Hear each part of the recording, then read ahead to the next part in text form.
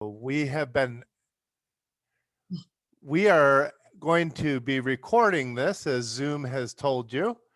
We are hoping that this will be the beginning of a network relationship, that you will be partnering with us and we'll be partnering with you as we begin a paradigm shift in our community and in our church to become beloved community. We are focused today on the network of Province 5 becoming beloved community or dismantling racism. And we're going to work through some of the call it techniques or ideas of working with a tool of the church's national website, and it's called Sacred Ground. A number of you are familiar with that, and some may have found that it's a very complete, a very full and robust curriculum. So we're hoping in our time today to help folks to realize that there's ways in and it's not to be scary and overwhelming.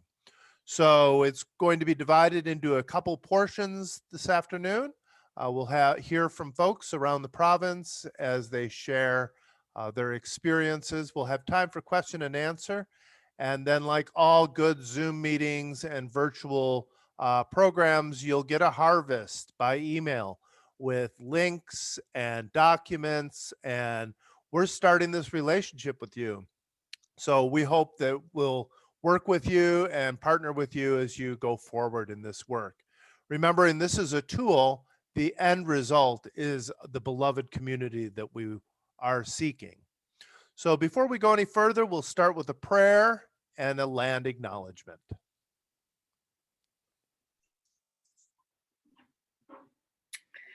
So I am happy to be here with you all, and I'll just follow Rick's kind of introduction to say my name is Amy Houghton, and I'm joining you from the Diocese of Southern Ohio, and it's just been a blessing to be part of this work and a joy to be with you all together today. We wanted to offer up as our opening prayer, a prayer that we've used in our little working group for a while now. It's kind of served as inspiration to us. It's prophets of a future not our own. And Adrian, I'm going to hand it over to you actually, because I think we agreed that you were going to read this. Yes, I will. I'm realizing that as I get going here. Thank you for doing that. It helps now and then to step back and take a long view. The kingdom is not only beyond our efforts, it is even beyond our vision. We accomplish in our lifetime only a tiny fraction of the magnificent enterprise that is our work. Nothing we do is complete, which is a way of saying that the kingdom always lies beyond us. No statement says all that could be said. No prayer fully expresses our faith. No confession brings perfection. No pastoral visit brings wholeness. No program accomplishes the mission of liberation. No set of goals and objectives includes everything. This is what we are about. We plant the seeds that one day will grow. We water seeds already planted, knowing that they hold future promise. We lay foundations that will need further development. We provide yeast that produces far beyond our capabilities. We cannot do everything, and there is a sense of liberation in realizing that. This enables us to do something and to do it very well. It may be incomplete, but it is a beginning, a step along the way, an opportunity for the Lord's grace to enter and do the rest. We may never see the end results, but that is the difference between the master builder and the worker. We are workers, not master builders, ministers, not messiahs. We are prophets of a future not our own.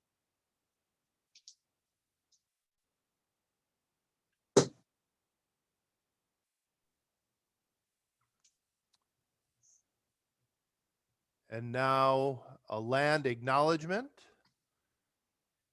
We typically use a land acknowledgement in our area, but today we're using a more general and broad land acknowledgement to include all of us throughout the province.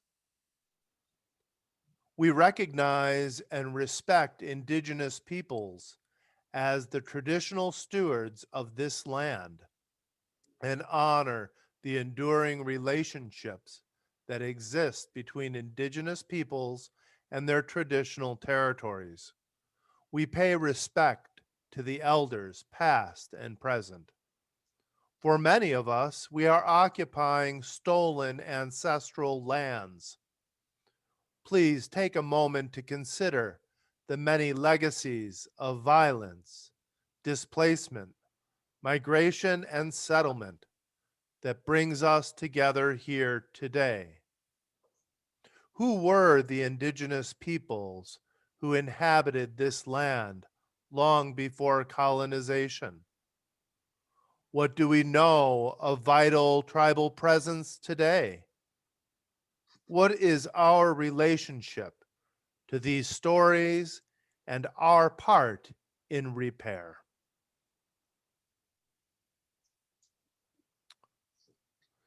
So friends, we're going to start with a panel discussion. And this discussion is going to be about sharing experiences of the Sacred Ground curriculum. We're asking the panelists to take about 5 minutes to briefly identify where they're from and to share some of their experiences of it. And we're also going to be asking 3 questions. I'm not sure if Amy's going to put those questions in the chat. That might be helpful, but we're going to start. Adrian, I think we're going to start with you. So here we are. All right. I'm going to share my experience of being a facilitator. I have done 2 groups. One was in a suburb of St. Louis. We started in the fall of 2019, and we finished just in time to avoid the shutdown. We had 10 sessions, 2 weeks apart. Our group was about 20 people to start with. We had a little bit of attrition, but I think we finished with about 15. My other group is almost finished now. It's an online group of 5 people in different locations. We are a fellowship of the Third Order of the Society of St. Francis. Some of us had known each other for quite a while. And being a group of 5, we could have conversations, I think, that were a little bit more intimate. We meet once a week for an hour, which meant that we have to see the videos on our own time. The group in St. Louis watched the videos as a group together.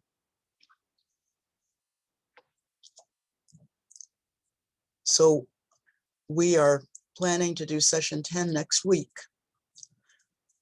But being a small group gives us a little bit more flexibility to take another week with a session if we feel like we need to.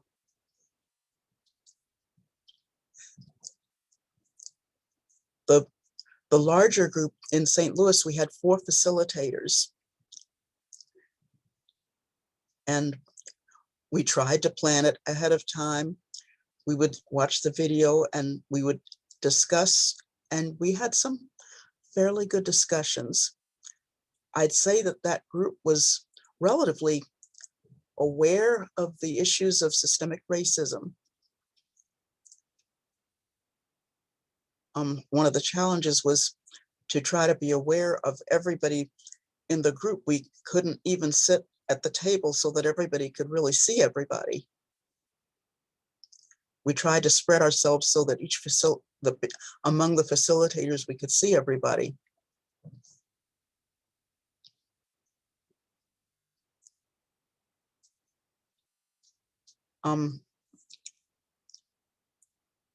Challenge, I think the biggest challenge was that our group was relatively large. We started forming 2 breakout groups and ended up having the discussion in the whole large group. And I think we all felt pretty comfortable talking freely. As I said, sometimes it was in a larger group, it's always easier for the more quiet people to kind of get lost.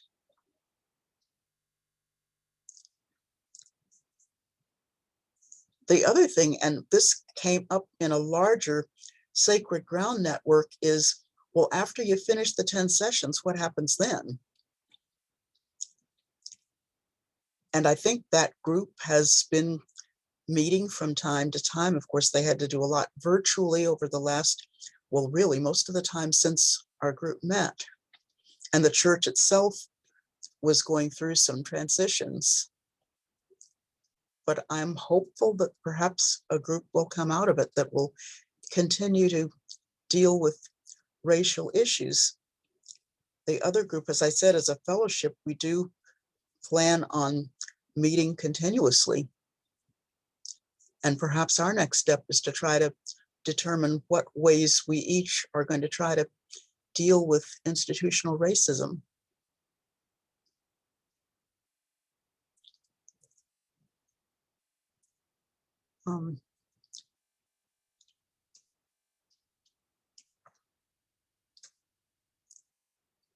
Key takeaway, I'm not exactly sure what the key takeaway is at this point, but except that each group is different.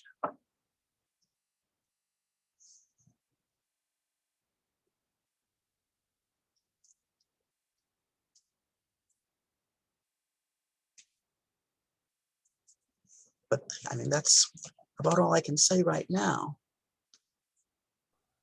Thank you very much, Adrian. I appreciate the sharing.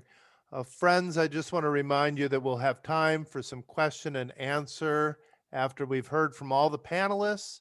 And also, if you have a question for a specific person as you think about it, you can also put it in the chat. Amy is going to be monitoring the chat, and we can also, take a look and bring those questions or those sharings to the group. Larry, would you like to share your experience of doing a Sacred Ground circle and then answering those 3 questions in the chat there? Okay, great. Thanks, Rick. I'm Larry James. I'm here in Cincinnati, Ohio, part of the Southern Ohio Diocese and a member of St. Barnabas Episcopal Church in Montgomery. I actually went through Sacred Ground twice because I was so excited about the learning the first time. The first time was kind of a neat experience. 10 members of my church, we formed a Becoming Beloved Community Discovery, Discernment, and Action Committee. And we took this course together along with members of 3 other congregations here in Cincinnati. One was in Wyoming, another one was in Glendale, and the third one was Lincoln Heights, which is a historically all Black Episcopal church in the northern part of the city. All of us were along that northeastern ridge of Cincinnati, Ohio. And the other 3 churches, including my church, were predominantly white churches.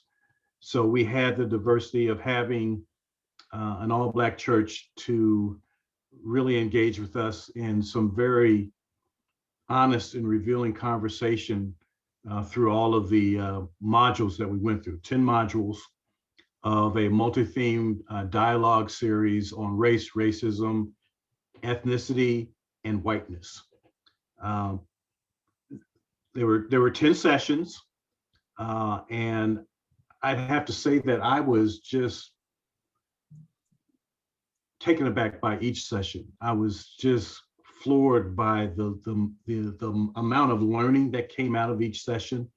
And that's saying something for me to say this, because my profession, before I retired in 2016, I was a corporate executive who led organizations, large and small, through diversity, inclusion, and cultural competence building to enable those organizations to work more effectively with their growing diversity of their employee base and their consumer base. So I felt like I had a pretty nice footing going into this area, and boy was I wrong. I learned so much that I'm sorry. I've got a puppy here with a cone on his head. He just got neutered. And he decided he wants to sit next to me. So anyway, every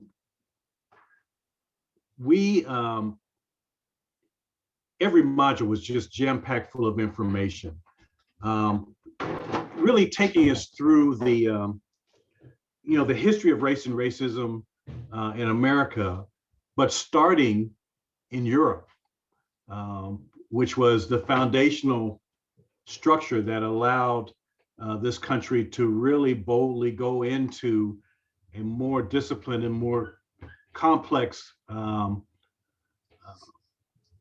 culture of race and racism here in America. We talked about so many things. We talked about race, not just from the standpoint of white America and Black America, but from the standpoint of white America and every other racial, cultural, or ethnic community in America that wasn't white. And so racism is much more than just two races, white and Black. It's white and Asian, it's white and Hispanic, it's white and Indigenous, and it's all of those groups merging and battling and running into each other. So that was I think that was a really big point that resonated with me, and I think everybody else that was in our groups. I'll have to say that what we did in that first group with the 4 congregations was very unique in that we went through each module separately, and the modules occurred monthly. So there was 30 days between the first module and the second module, and so on and so forth. And what would happen is that gave us enough time to really breathe with the information and discuss it as a group, as a group within St. Barnabas. And then we would come together on a quarterly basis to really go over the material between the four congregations. I thought that was an excellent construct, because it allowed us to really get into the material individually, and then come together in more of a summary format. And that, I think, is very important when you compare it to the second time I went through, and that was a diocesan-wide offering of Sacred Ground that covered the entire diocese, from Dayton to Columbus to Cincinnati and all the areas in between. Now, we had really the same number of people that went through it in both sessions, 30 on one side and 30 or 40 on the other side. So it wasn't much of a difference there. The difference was that we didn't have ourselves broken out in these little cells where we could get more deeply and more intimately into the material and the conversation with one another, coming up with our own set of insights and aha moments and opportunities for us to work with race and racism following the end of the program. So we were able to talk together as one and then come together in a larger group. That led to, I think, much richer conversation and a lot of aha moments between the congregations, things that we thought of, Lincoln Heights didn't think of, or Christ Church in Glendale didn't think of, and vice versa.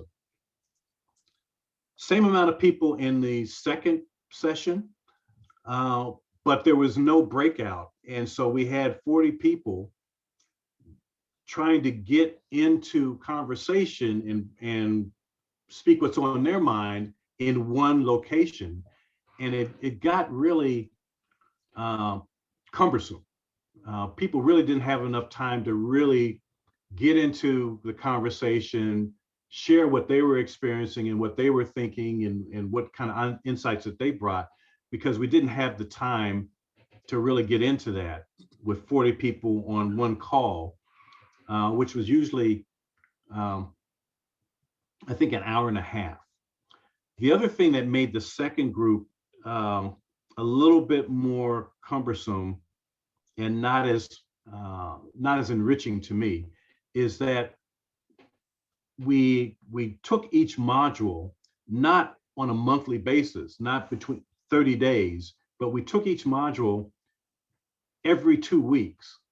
And the material in Sacred Ground is so voluminous. You've got tons of videos, you've got tons of reading excerpts and books. And that became very, very onerous, I think, on people in terms of trying to get through the homework and be prepared to talk about it within 14 days.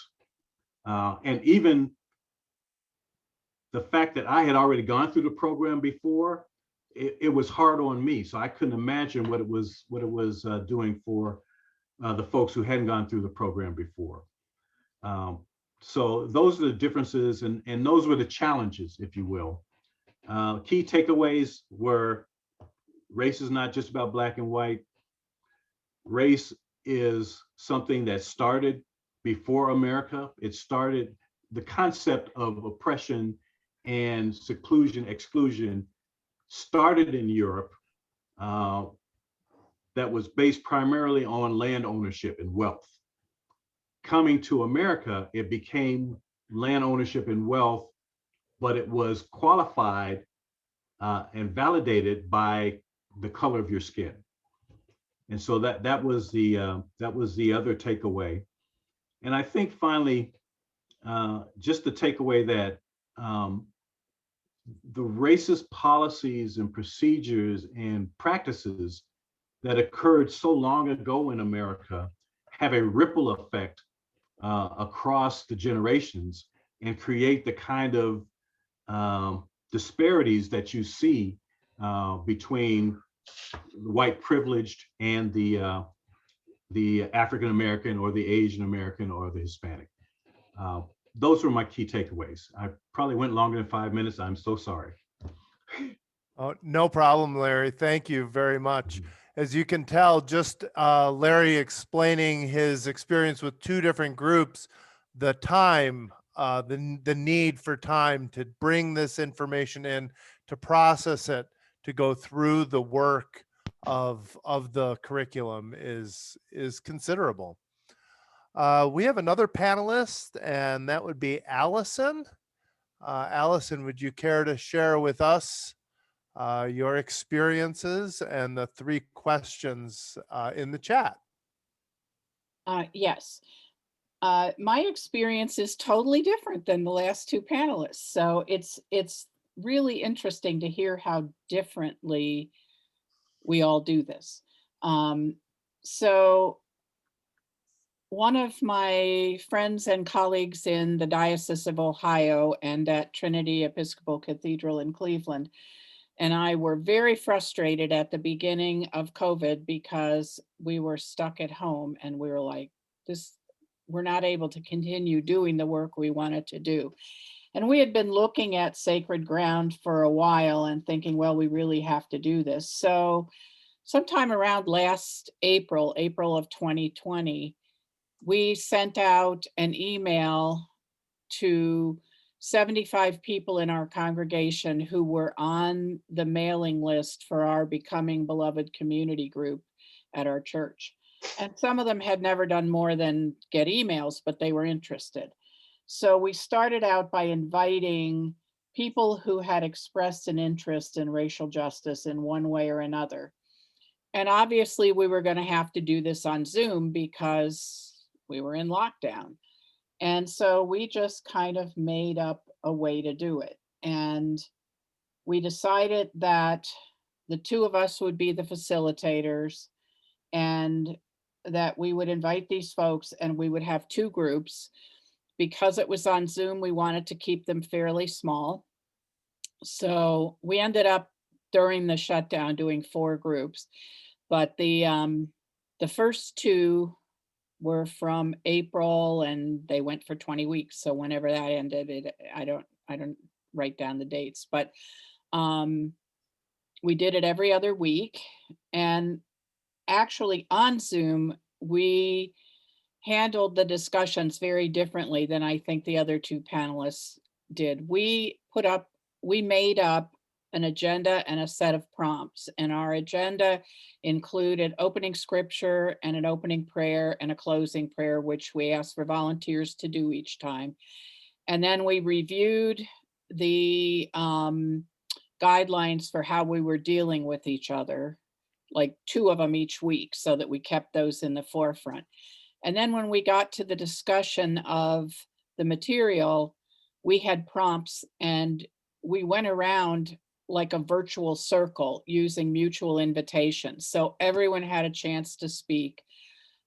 We figured out approximately how many minutes each person could spend. And we had 2-hour sessions. We divided them in half. We had a break halfway through.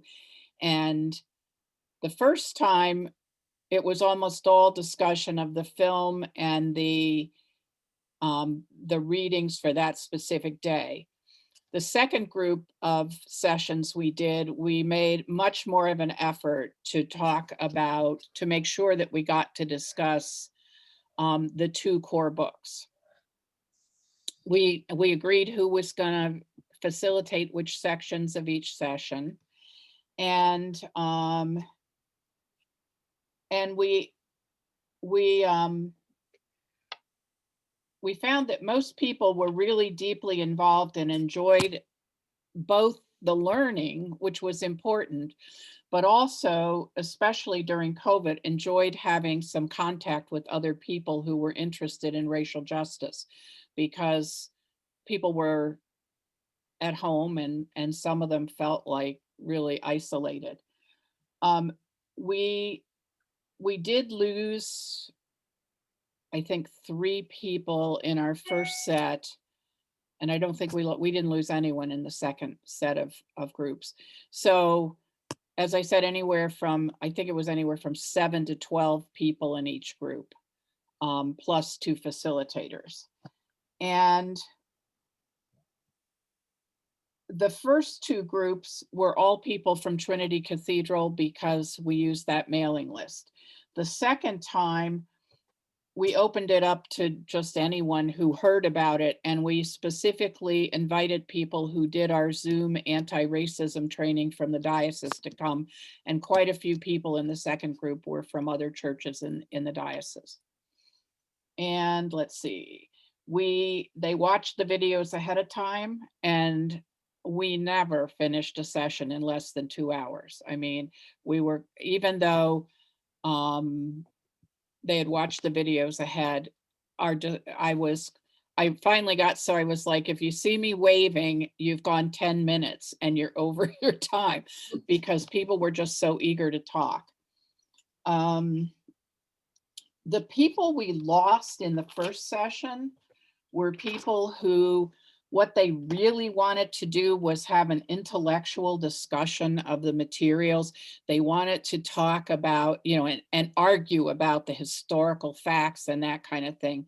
And they really didn't know what the program was, even though we had sent them lots of stuff. And they didn't want to talk about how it related to their families or how they felt about anything. And interestingly enough, all 3 of them were college professors who dropped out. So that was one of our key takeaways, was to make sure that everyone really knows what's going to be involved in this program, and that no, it's not going to be about arguing with the material or with other people who are in the circle. That's not the kind of discussion we were looking for. One other key takeaway was that the facilitators needed to be able on Zoom to check each other.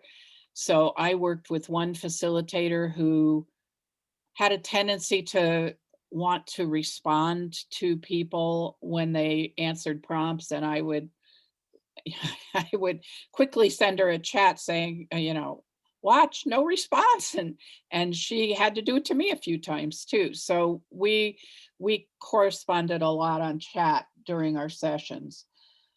Just a note about the racial makeup of our groups.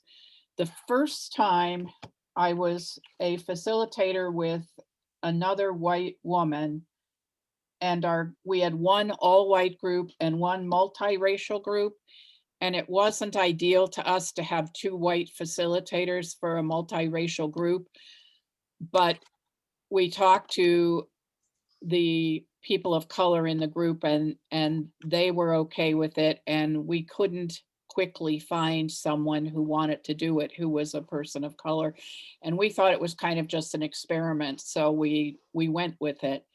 And there was a different dynamic in the all-white group and in the group with people of color. And I don't even know how to describe it, but it was different.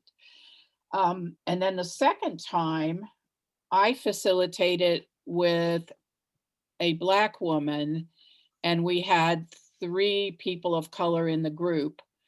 And there were a couple of times during that period where she just had to email me ahead of time and say, I can't do this today. Because of events that had happened in the news and things like that. And she said, I just can't talk with white people about race today. And we always checked in with people of color and said, if this particular session is one that you don't want to be at, it's fine, just let us know. I will say that in all 4 of the groups that we've had through Trinity, the facilitators stayed pretty much in control of the agenda and the prompts and everything else. But we asked people things like, are you okay with the timing of this? Do you need 3 weeks instead of 2? Do you need a month? You know, we let them vote on that kind of stuff. And in our last group, my group wanted to continue straight through, and the other group took a 5-week break around Easter. So, you know, we asked people, we gave them options about those things. Challenges, I've already said one, that some people wanted intellectual argument. One challenge that we had in the last group that I facilitated with my dear friend Tony was that neither of us are gifted at sending gracious emails, and we really struggled with some of that administrative stuff, like checking in with people weekly through emails and keeping in close touch with everyone and making sure they were doing okay. And both of us like writing curriculum, so we both wanted to do that, and neither one of us wanted to do the administrative stuff. So I think it's important with if you have 2 facilitators to kind of balance what their gifts are. And I think the other challenge is just being constantly aware of the reaction of participants. I was very shocked when we got almost to the end of the last group, and one woman said to the group, you know, I'm really tired of all this white bashing in this curriculum. And I had no clue she felt that way. So I know that in the future, I probably need to check in one-on-one with people a little more. And we did check in, and it turned out that her mother was dying and just something hit her wrong, but she actually really liked the curriculum. But I was aware that I probably wasn't I wasn't monitoring the reactions of everyone closely enough. And I think that's all that I have to say.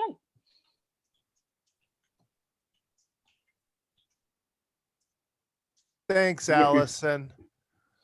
Hey, Rick, before you go on, there's one thing that I probably need to say, and that is the 2 groups as I was in, one was pre-COVID, the other, and it was in person, and the second one was post-COVID, and that was all Zoom.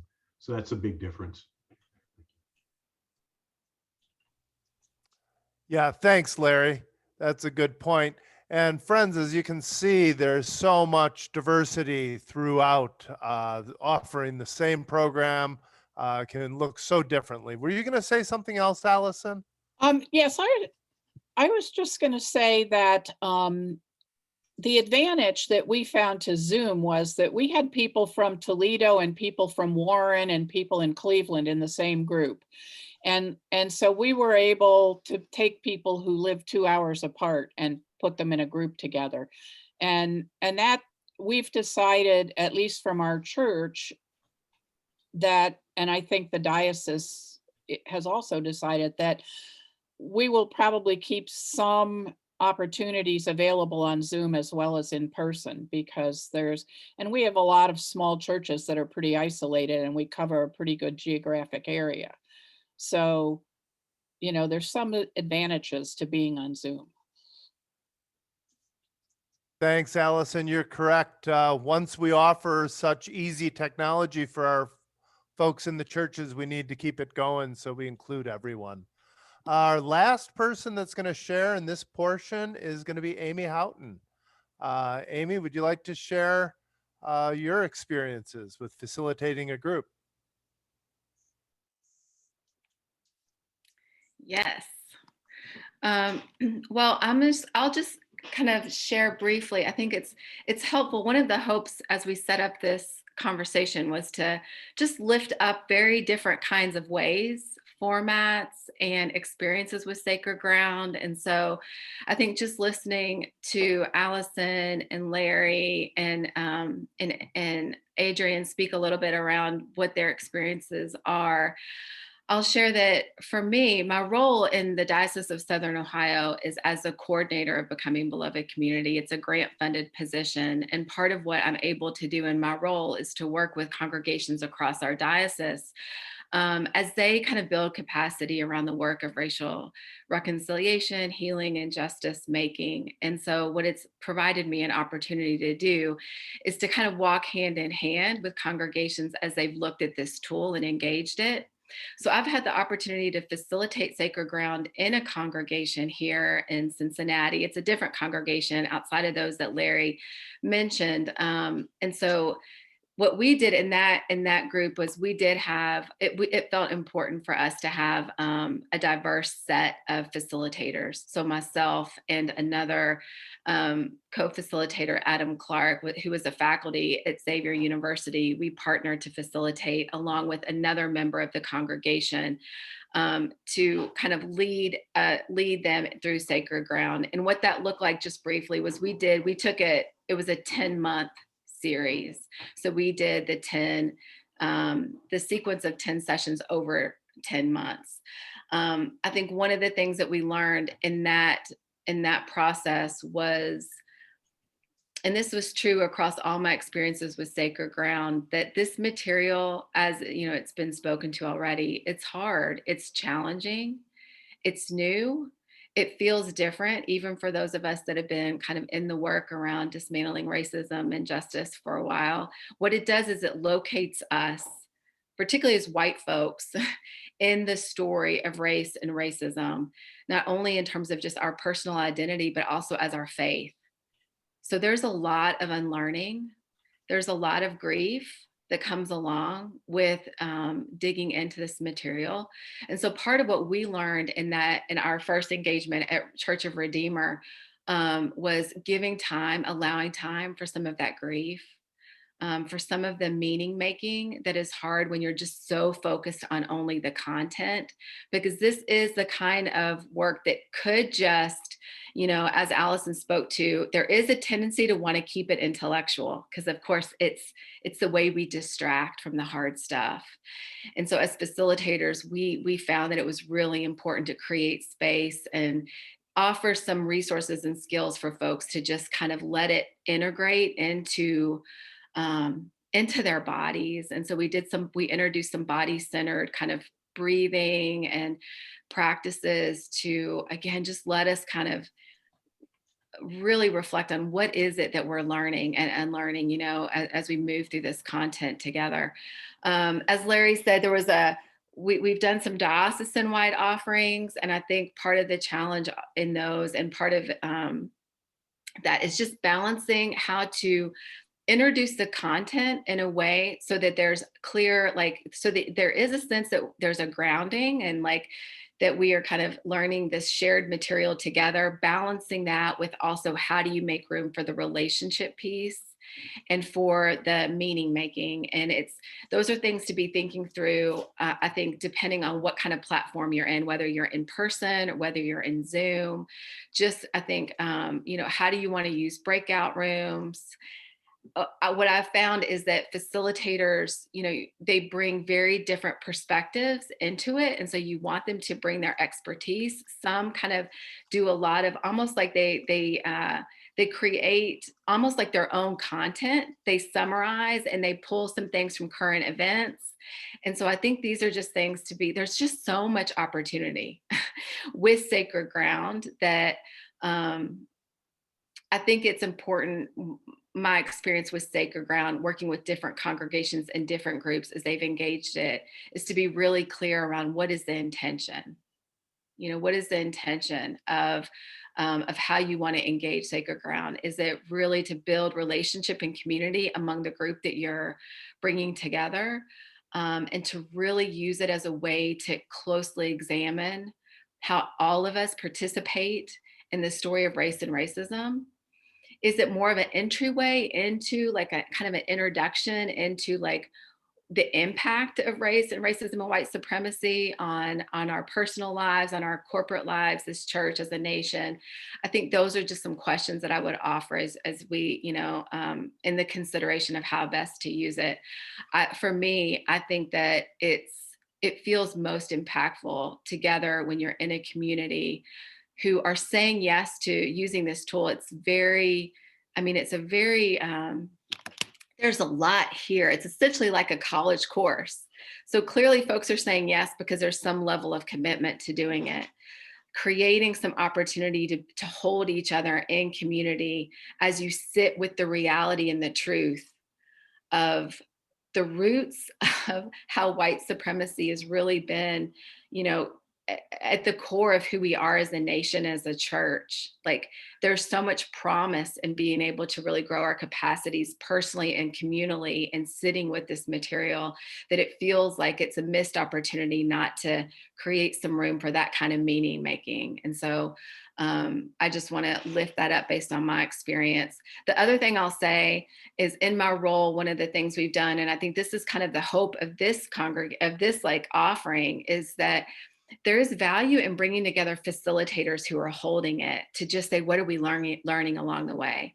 The facilitators, I think, just to be in conversation as we are right now around, we've tried this thing, it didn't work. What did you learn around that? We've done some of that stuff in the Diocese of Southern Ohio, where we've identified different congregations who are using it to offer, bringing those facilitators together regularly just to share their experiences as they've held these spaces. So that's what I would say. And I think I kind of hopefully spoke to all the three different questions. I think now we'll just open it up for some Q&A. Great. Thanks, Amy. That's correct. We're ready for question and answer on these topics and other things that may have come up. I noticed in the chat, both Allison and Adrian mentioned that both groups were women.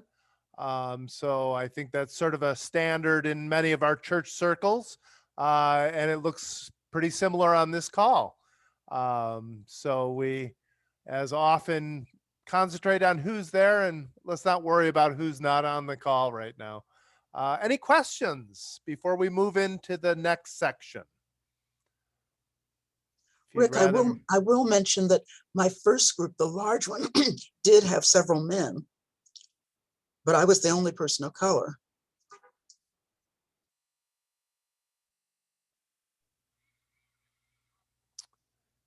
As Amy mentioned earlier, that this is difficult work to go through and to really take in this material. There is some very serious, difficult conversations that can come out of it.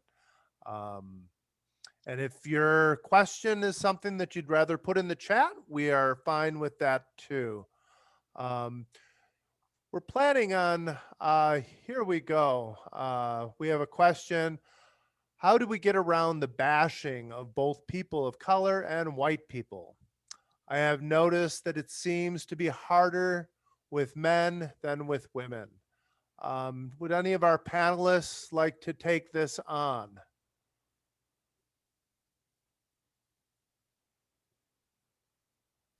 I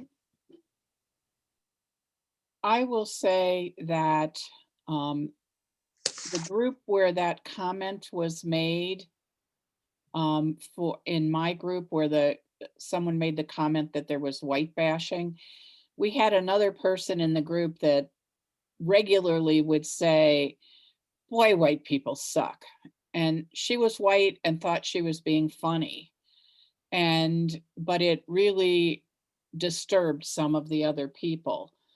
And so what I did at one point was to say, you know, if we all believe that race is a social construct, then biologically, no one race is innately bad or good.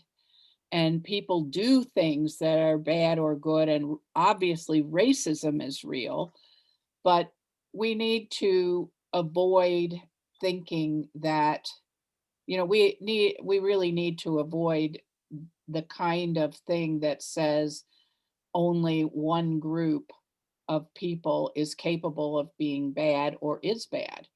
And when the response came back, well, yeah, but look at all the terrible things white people have done in North America, I said, well, think of all, you know, there's been genocides in many different countries between many different groups of people.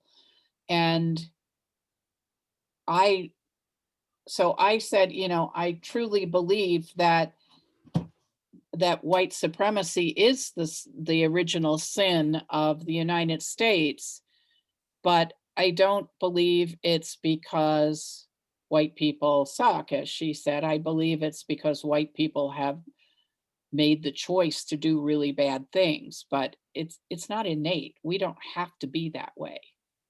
I don't know if that makes any sense. It does. Thank you. I see there's a little more that Lisa added to the chat, and I see Larry might want to share. I saw you took your mute off, Larry. Oh, yeah, sure. Thank you, Allison, for that. I would agree with that 100%. We didn't have any of that reaction in either of the groups. And I think maybe part of that was just our intentionality in setting up this experience as more around truth telling than naming or blaming. And that in and of itself is another challenge, because what we're going through right now is a huge reaction to some of the truths that are being exposed right now. And this is one of the things that I wanted to bring up, and that is this whole argument around critical race theory is starting to really muddy the waters and make things very, very difficult to discern. And that's a problem that I think we have in our society as a whole. We're in this soundbite society where people decide, well, that sounds really good, and I look really intelligent when I say it. So we start using critical race theory in a very generalized way, and it gets perceived in this murky recognition. Well, critical race theory is this, it's that, and everything that people are deciding it is negative. So when we're just talking about truth telling, we're talking about looking at history the way it has been taught and the actuality of the events. And that's not attacking any one person or any one group. It's just saying, this is what it is, folks. Now, what do we want to do about it? what we saw in our groups was not so much a defensive reaction to white bashing, but an overall sense of just people were devastated with what they were hearing, what they were seeing, and what they were learning. They were devastated, and they were ashamed and outraged at the same time.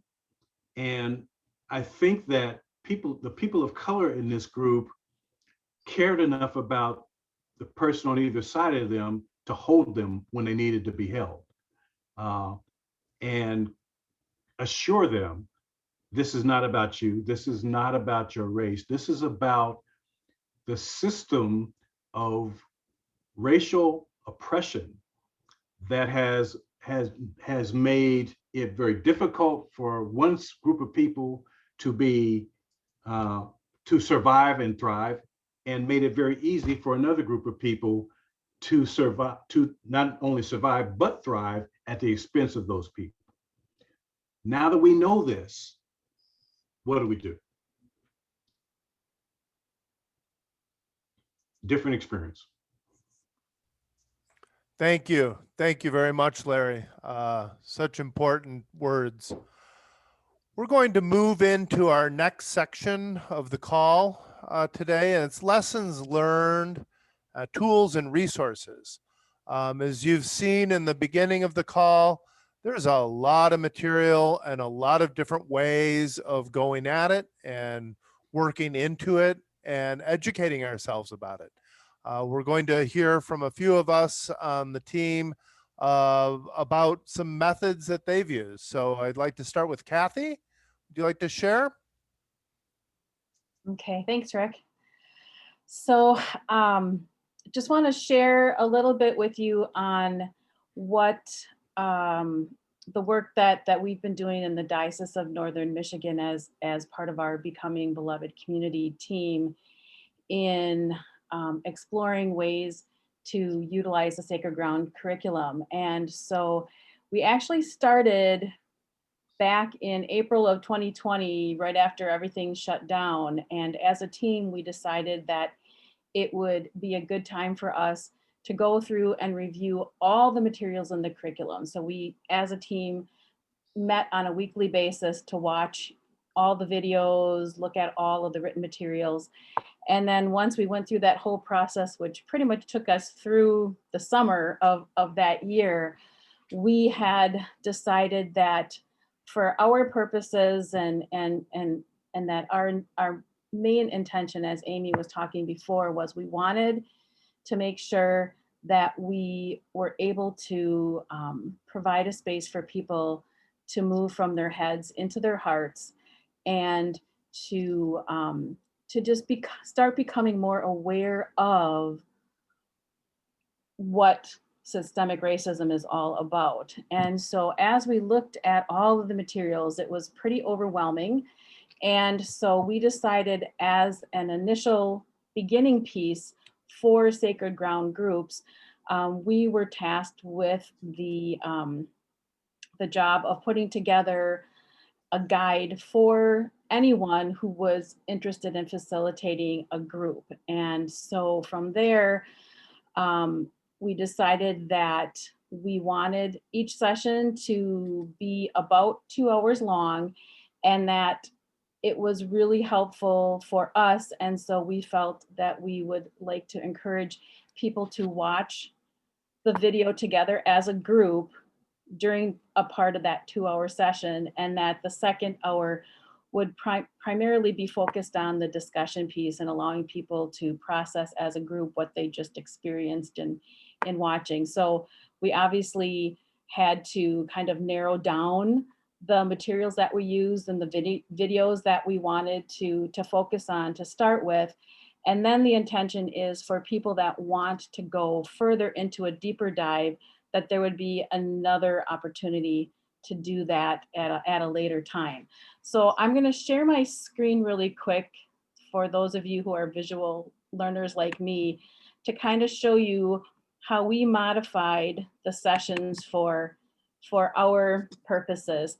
So So, and I also want to say that this is still a work in progress, and we have not facilitated any groups yet in our diocese. So we're still working on putting all these materials together and then making that available to anyone that would like to utilize the materials.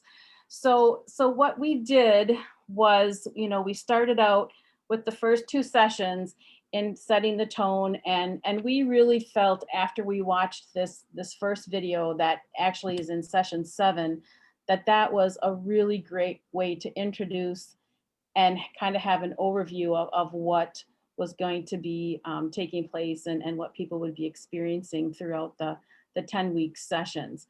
And then from there, kind of going into setting the background. But then we decided that it was important to switch up the order just a little bit for a couple reasons. In our diocese, our focus on racial reconciliation has really been with the indigenous communities throughout the UP, with the 5 tribal nations that we have in the UP. And so we really wanted to take time to focus on that. And the other part of it was that chronologically we felt like the Dawnland film, which is in session 10, really needed to come at the beginning of when things started 400 years ago. And so from there, we just went through and then also decided to add another video that isn't a part of the Sacred Ground curriculum, called Blood Memory, that focuses on experiences of Native children being removed from their homes and into forced adoptions. And we just felt that was another important issue we wanted to cover. And then the rest of it pretty much goes as is with the curriculum. And then in the last session, that's still kind of a work in progress, but what we thought would be a great way to end it, and what we're working on, is using the handout that was presented in one of the Sacred Ground webinars that Stephanie Spellers and Katrina Brown presented, that talks about, okay, now that we've learned all the things we've learned throughout these 10 sessions, where do we go from here? And so this handout, the Becoming Beloved Community, Where You Are, is a great tool that we thought could be really helpful to use at the end of the session to go through each of the quadrants of the labyrinth. And it gives specific examples of what could you do, or what as your church community could you look at doing to continue to move this forward. And so that's, like I said, it's still a work in progress, and that's kind of where we're doing the finishing touches on that. And then from there, I just wanted to share an excerpt from the facilitator guide that we're putting together. So each session basically begins with an opening prayer that we've provided. And then we use our land acknowledgement that's specific to the Diocese of Northern Michigan. Then we have the video link of whichever video is meant for that session, followed by a discussion. And that's also going to be a part of our facilitator guide materials that's still in the process of being created. And then we just end with a closing prayer. So that's kind of what is looking like so far. And then the last piece of information I want to share is resources that I started working on, and to try to put things in one place to make it a little more user-friendly. For those of you that have facilitated groups, or maybe have taken some time to go on to the Episcopal Church website to look at the Sacred Ground materials, a number of people have already mentioned that the amount of material is massive. And in my experience, it was really difficult sometimes to navigate the site, to find the things I needed once I saw something, and then I'd want to go back and look at it again. And then I couldn't remember where I found it from, because on the Episcopal website, church's website, there's actually 2 different sections. One is just general information about Sacred Ground that anyone has access to.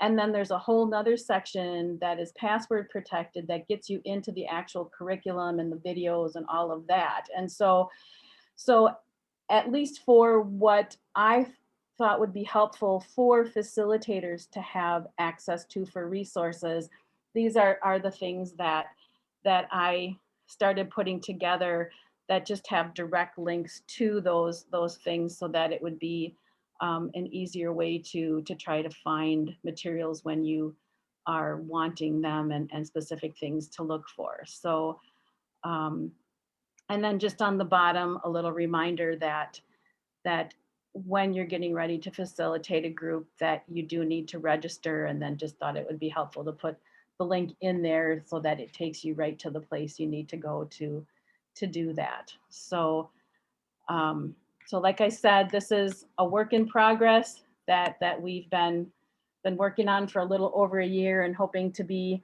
completed within the next, month or two, so that we can then, share it with the diocesan office staff, and then hopefully have people interested in starting a group and facilitating a circle. So that's kind of where we're at in Great. Diocese of Northern Michigan. Great, Kathy. Thank you so much. As I mentioned earlier, Amy is going to be working on bringing this information together in a harvest, and it will also be found in our Province 5 toolkit. And now I'd like to call on Margaret to share some other ways of facilitating and organizing a group. Margaret? Unmute. There it is. Unmute. Okay. So one of the things that I realized in facilitating the group as we were going through the material, is that it is very much geared to what I'll call a college educated reading level. And so the thing I've been working on is how to put together something that is focused almost exclusively on the videos and discussion, and is also sort of a turnkey, anybody can lead. There are pluses and minuses to that, obviously. So I'm just going to show you one of the pages so you get an idea of what I'm working on. Again, this is a work in progress, but share screen. Yeah, where's that? There it is.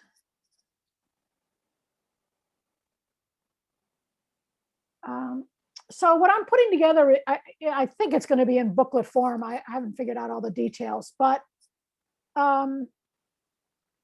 so as it says, this is an adaptation that focuses on the videos and requires no experience or expertise to lead. One of the things I'm trying to do is sort of bring down the barrier of, oh my God, I have to know about all this stuff before I even start.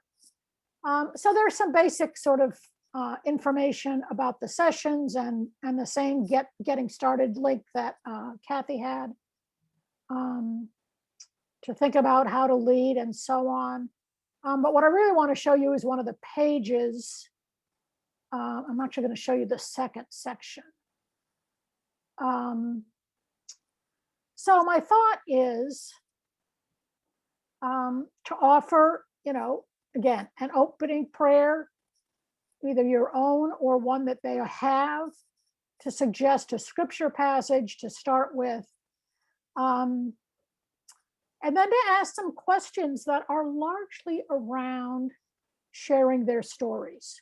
So those of you who are familiar with the curriculum, you'll see where this came from. But it's, again, what I've tried to do is focus on stories and what it feels like as a way of capturing what's in those sometimes fairly dense readings. To watch the videos together, although that's adjustable, to suggest what the discussion prompts are going to be, so that, again, anybody could lead this if they wanted to.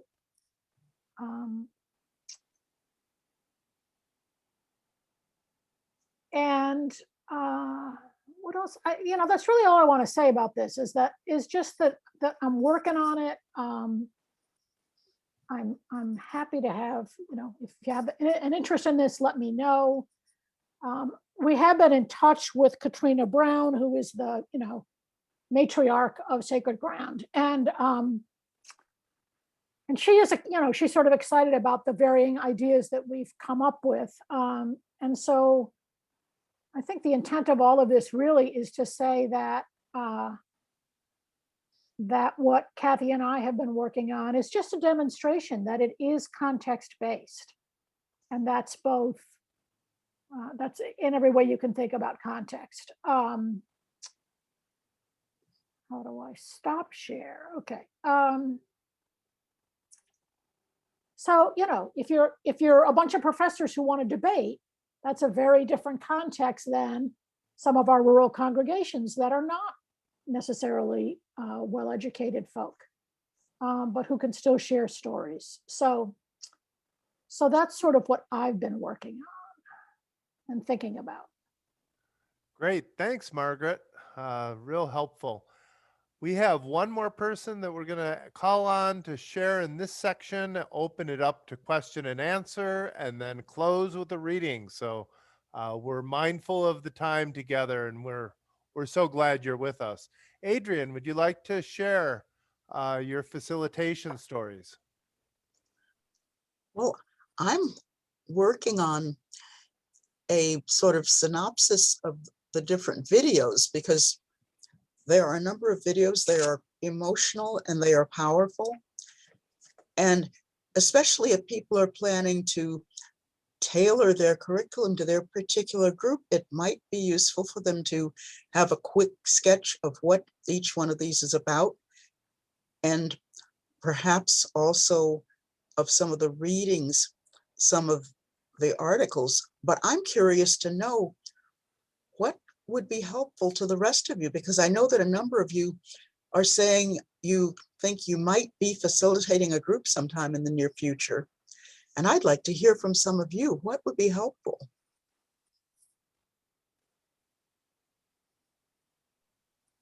Well, you heard our sister. She's looking for your comments. You can put them in the chat box if that's easier, or just speak right up.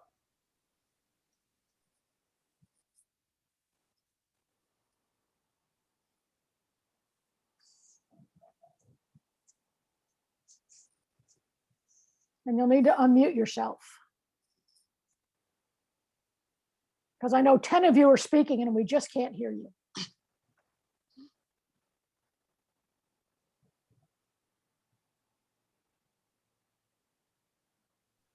Yeah, I see in the chat there's a question whether Adrian will be sharing that with us, and she will. But it is helpful to know. We saw in the registration where people are at, but it's always helpful to know what might be helpful from our end, what we can help you with and support you with.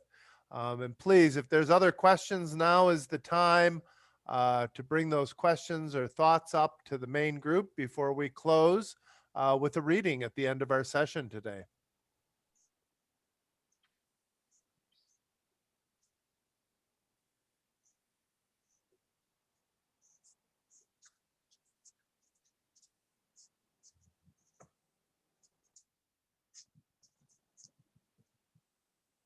It seems like one thing that's being discussed in the chat is the meaning of some of the words that we're using.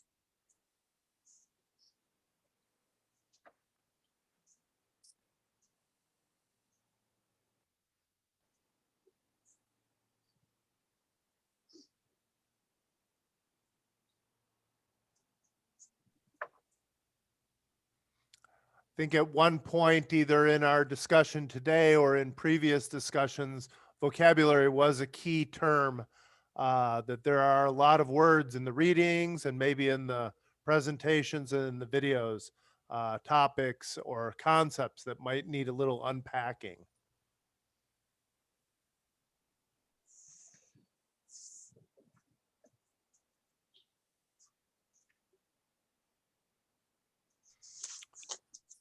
Allison has in the chat, curriculum with fewer readings might appeal to people who cannot find time.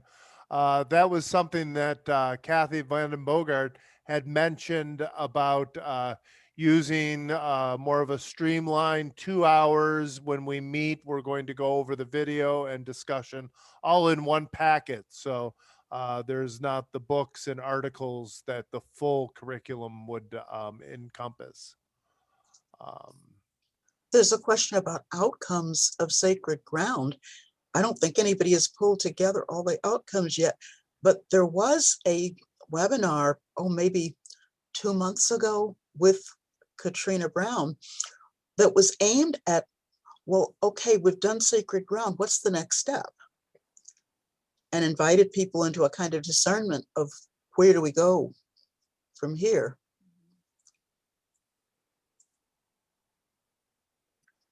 I would say some of the outcomes are realizing the history we weren't taught. Mm-hmm. And I tell people I went to one of the best public high schools in the whole state of New York, and I didn't learn but a teeny bit of this stuff. And I'm one of those people for whom learning itself is an outcome. But I think what that does is it then lets us look at our history and therefore our present with less. It's muddier than we want it to be, and it's messy.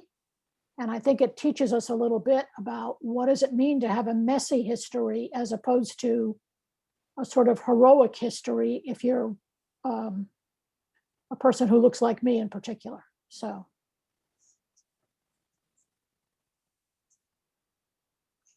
I'll add on to that I think, in my experience, it also, there is the question at the end, around like, what now? Because I think generally what happens is when you awaken to that and when there's awareness of that, Margaret, of the things that you're speaking to in terms of like the lies or the myths that we've been handed down, you leave with a sense of responsibility, especially, as followers of Jesus, that what is our responsibility right now in this world? And I think for groups, communities, people that go through this kind of experience, there's just a increased sense of responsibility around being different, offering a different way of relationship and action. And so I think what I really appreciate about this is it can serve as a powerful catalyst, is a really powerful form of inspiration around, wow, this is, what we're being asked to do as followers of Jesus. There's just, because you can't not see it anymore, in that sense. And of course, like Bill, as you're saying, like there's never any ending to the learning and to the awakening. So it's not like you end. I mean, Larry spoke to going through it a second time. And not only as a Black man, but also as a professional, a leader in diversity, equity, and inclusion work. So, I mean, it's like it never ends, but it really is, it can be a powerful catalyst, I think, around like what's next. And it may seem like the work never ends. I think maybe most of you are aware there are several states that are trying to pass laws that would forbid the teaching of anything about racism in the schools, so that to guarantee that our children are not going to learn the truth. And meantime, there are some places where taxpayers' money is being used to present the myth of the Confederates. I heard something on NPR just a few nights ago about a plantation that has been turned into a historical site supported by taxpayers' money, where they tell people that slavery really wasn't so bad, that most of the slave owners were kind to their slaves. And that after all, these are people that need taken care of. And since they're of a docile temperament, this was actually very appropriate and suitable for them. This is what they're telling people.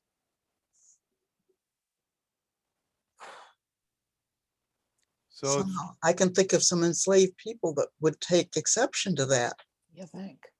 Absolutely, Adrian. That's the work is great ahead of us. We have much work to do. I want to thank everyone for gathering today. Those of you calling in and those of you that presented and helped us to bring this forward to you.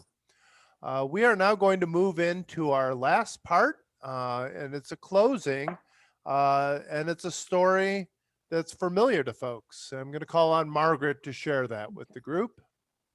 And the last thing I'm going to, before I do that, is just to say that if you know folks who would like to take part in this, we're doing it again at 3 o'clock on, no, 3 o'clock, 3:30, 3 o'clock on Friday. Sorry, we've gone back and forth between the 3 and 3:30 thing. So, Eastern time. huh? That's Eastern time, right? That is Eastern time, right? Correct. Thanks, Adrian, for that. So this comes out of Stephanie Speller's The Church Cracked Open, which is a fabulous resource if you're not familiar with it. And so I'm just going to share as we close just part of her sort of introduction. And so she writes about one of the stories in Scripture. This story shows up in all 4 Gospels, but God kept drawing me to Mark's simple, action-packed account. While Jesus was at Bethany in the house of Simon the leper, as he sat at the table, a woman came with an alabaster jar of very costly ointment of nard, and she broke open the jar and poured the ointment on his head. Excuse me.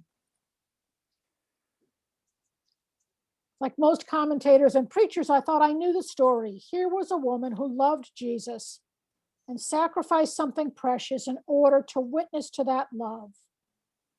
The disciples complained at her for wasting the oil and complained at Jesus for allowing her to approach in the first place. But not only did Jesus refuse to shun her, he got sassy with them and suggested they should be more like her.